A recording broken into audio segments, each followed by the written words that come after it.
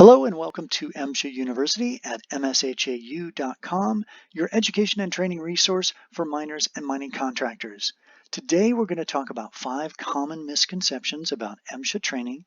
That's the Mine Safety and Health Administration's requirements for Part 46 surface miner training and Part 48 underground miner training.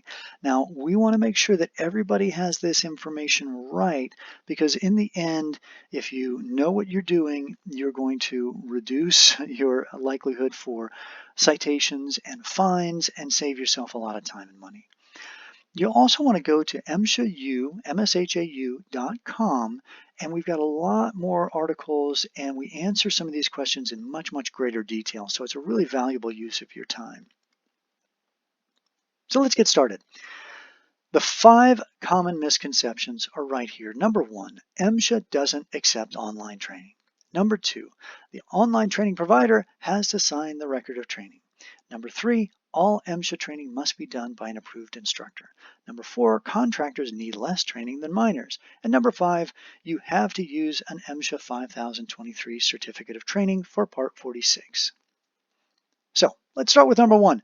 MSHA doesn't accept online training. That is false. They absolutely do, but it's really important to understand the difference between online training for Part 46 and online training for Part 48.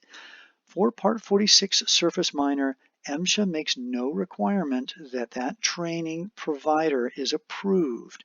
That's something that people ask all the time. Hey, are you approved for Part 46 surface miner training online? There's no requirement for that. For Part 48, there is. You do need to be approved.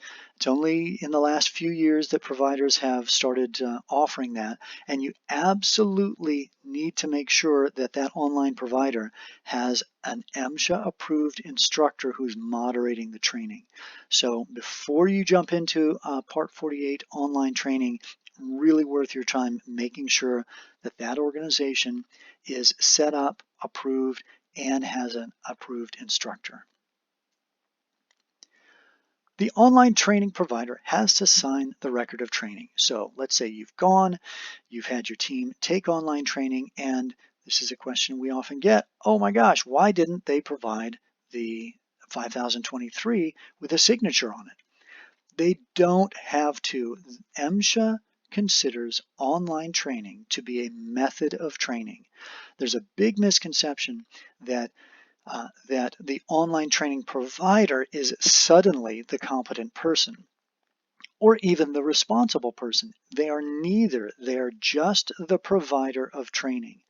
So it's important to understand that the person who signs that record of training is the responsible person. That's the person designated by the mine operator or contractor company who is responsible for the health and safety training at your organization.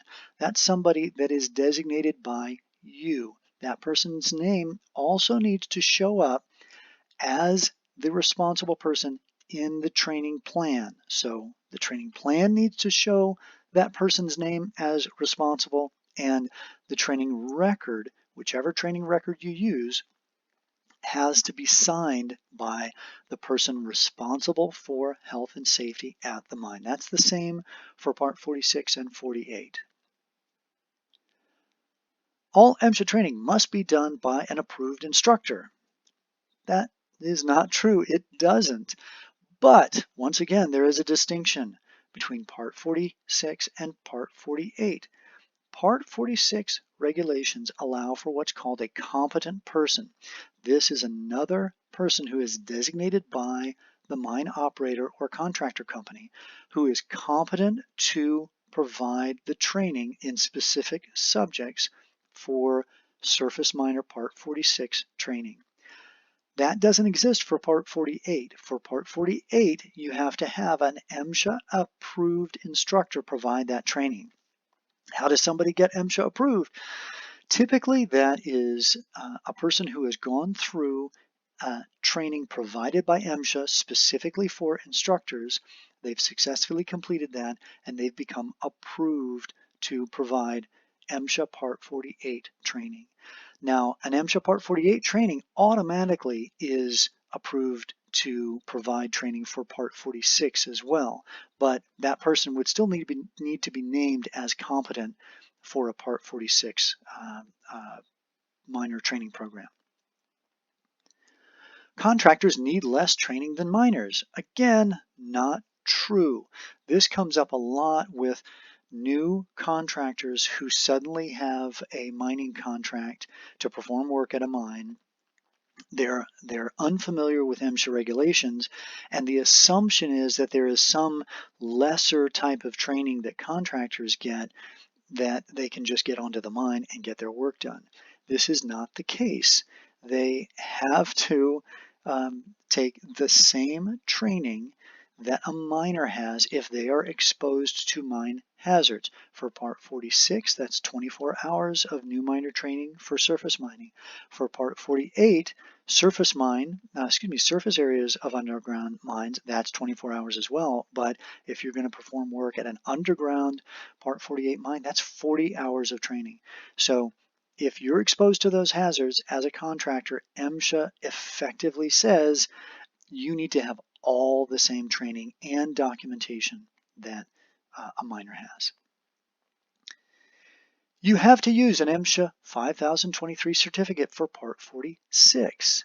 That's not the case. You don't. A lot of companies are just familiar with it, they're comfortable with it, and they like using it, but that's not required.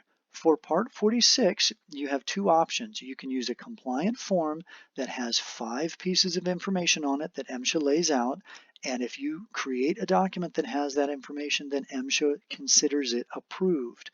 Or you can use the standard official MSHA 5023. Now for Part 48, you definitely need to use that 5023 form because MSHA doesn't offer that other option.